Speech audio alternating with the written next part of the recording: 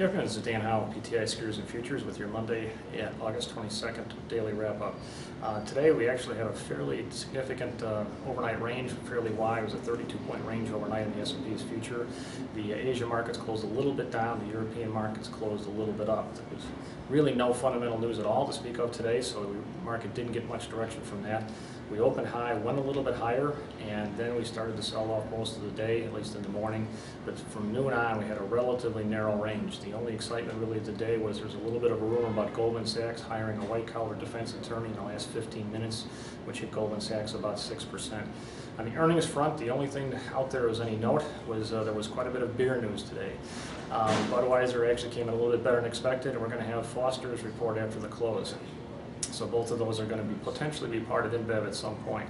The SPX closed pretty much flat at 1123. The Dow closed up 37 at 10.854. The NASDAQ closed up 3 at 2345. The 10-year note also not much activity today, which has been kind of unusual since the bonds have really been moving around. The yield closed at 2.08. Dollar index was pretty much flat, slightly positive today.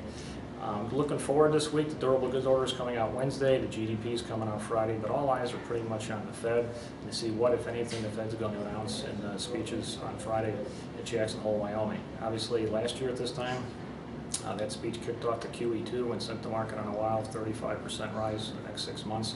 People are kind of hoping, I don't know if this is optimistic or just whatever reason, but they're hoping that he does something to pull a rabbit out of the hat this time, so we'll see.